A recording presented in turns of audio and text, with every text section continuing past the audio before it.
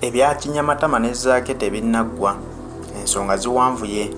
Honorable Zaake yavaayo n'ayogera ku nsonga za Kinyamatama nti talina kyakoledde bantu b'e LWAKI kubanga oyo yeewuma n'MP w'e LWAKI ate era ng'ensonga ez'e LWAKI zikaabya amaziga nti bannalwakayi bagamba tebalina kye bayambiddwa kubanga okuva lwe balonda ababaka baabwe bonna bali mu paalamenti tebalabangawo nkyukakyuka eteekeddwa mu kitundu kyabwe.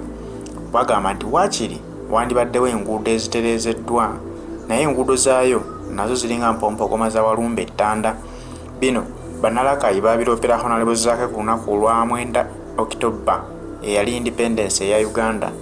Yali agenze mu bitundu by'e LWAKI okuggalawo emipiira gy'aba foot soldiers mu NUP gye baali bategese okusambira eyo kubanga Zaake ye akulira abavubuka mu kibiina kye NUP era nga yali omugenyi omukulu ku mukolo ogw'okuggalawo omupiira gw'abavubuka.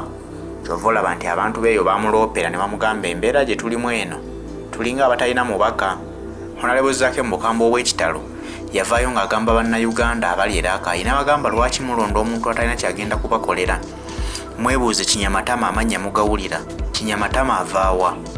Weeno wammwe nti nedda. Lwaki muddira omuntu azza obuzzi n'abasaba obululu nammwe ne mumulonda? N'abagamba nti beegenderezenga nnyo bwe wanaabaayo okulonda okuddako oba kwa 2026 oba mwaka ki gwonna oguli guteekeddwamu okulonda okwa bonna. N'asaba ab'e LWAKI nti beetegerezenga nnyo abantu be balonda kubanga Kinyamatama si ye muntu asaana okulembera bannalwakayi. Era Zaake agamba nti ne mu paalamenti mwennyini talina nsonga gy'era tadde ku fulo ya paalamenti ng'ezimba eggwanga okuggyako abeera mu paalamenti kwemoola. Oyinza okulowooza nti oba akola bwamalaaya mu paalamenti kubanga ye mumwe ntulira ku buli muntu.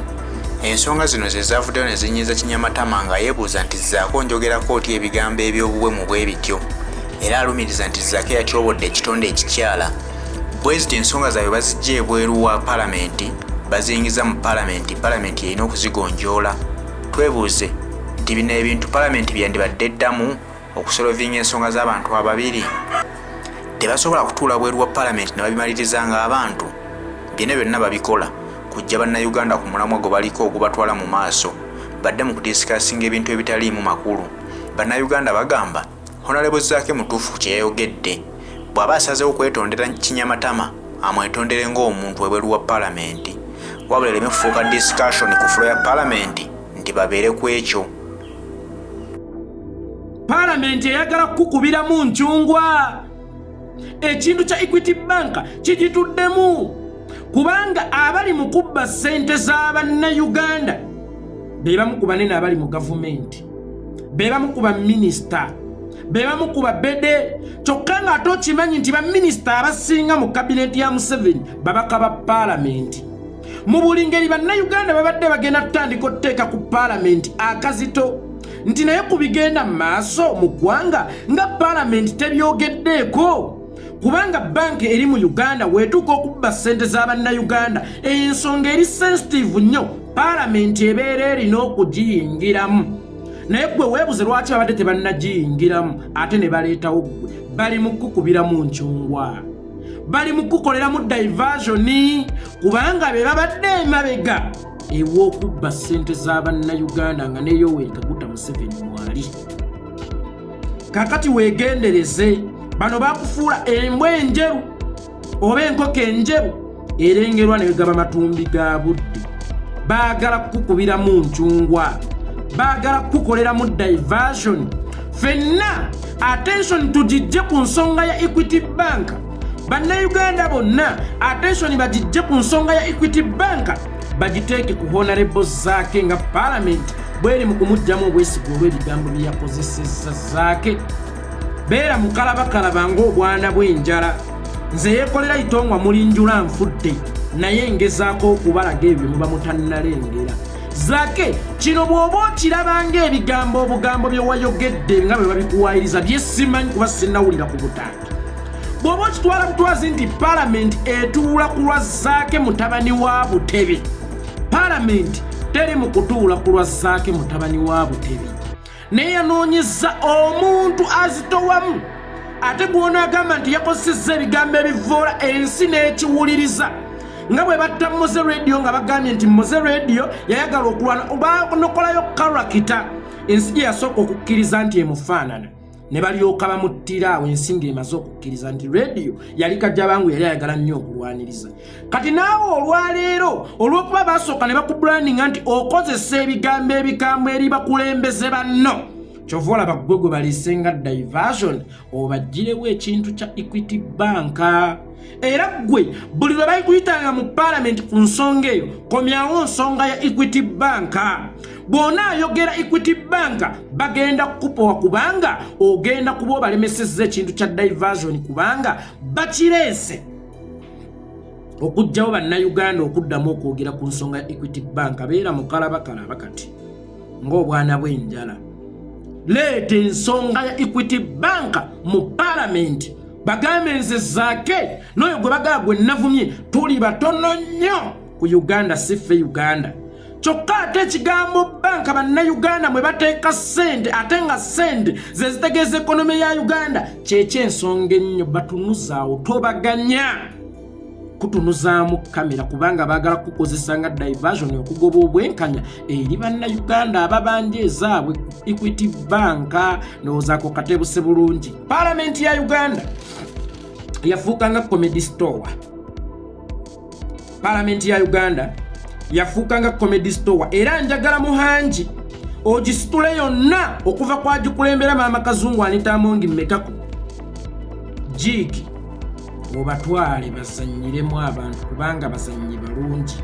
Olunaku lulamba ku nsonga eziri mu ggwanga mulimu ekiwamba abantu, mulimu ettemu, mulimu ensonga za Equity Bank, mulimu ebinnya mu nguudo, mulimu enjala eri bannayuganda nga kyebalaba okuteesaako ye Honorable Zaake omukyala najja mbw'alina amanya ekinyamatama weeyo LWAKI gy'akiikirira.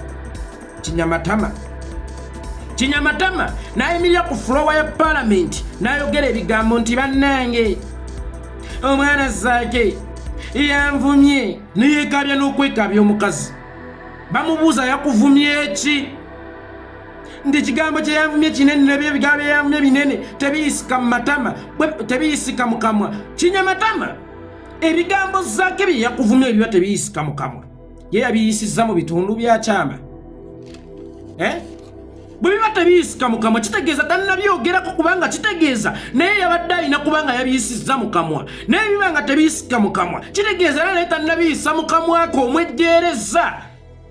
Kyali badde beta bw'aba yakuvumye ebigambo nga bwoga nti yakuvumye naawe obiyise mu kamwa obigambe Parliament naye ogambye ebigambo bye yakuvumye tebiyisika mu kamwa ye yabiyisizza mu bitundu bya kyama. Bwe biba tebiyisika mu kamwa golowooza akamwako kanjawulo ku kazaake. Bwe biba tebisobola kuyita mukako ne mukake tebyayiseemu. Bwe biba nga byabadde binene kitegeeza mukako biba tebisobola kuyitamu olw'okuba binene kitegeeza n'akamwa ka Zaake katono nnyo kuyitamu ebigambo ng'ebyo. Gwe kyogamba omumwa gwa Zaake gulinga nga gwa ttimba nti gunaanuuka. Gunaanuuka ne gumira buli kimu oba ne guyisaawo buli kimu. Bakugamba yogera kye yakuvumye weekaabya. Yamye ebigambo binene tebiyisika mu kamwa bannange yabiyisizza mu bitundu bya kyama ye yabiyisizza mu bitundu bya kyama.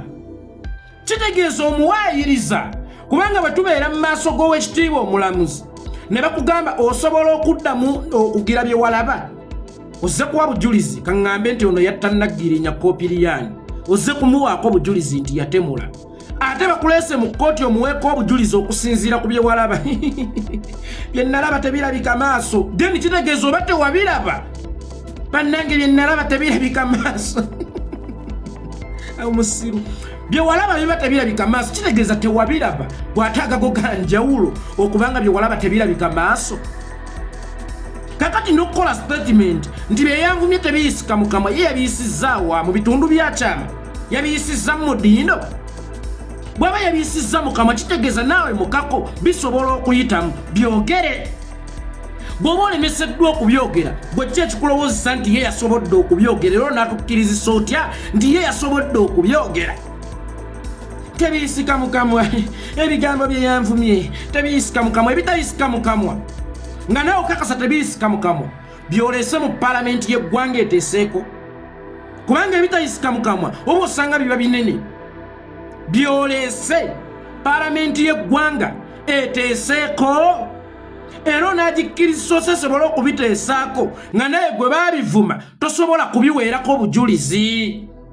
Okanya kugamba bannange yanvumye ebitayisika mu kamwa. Bitugambe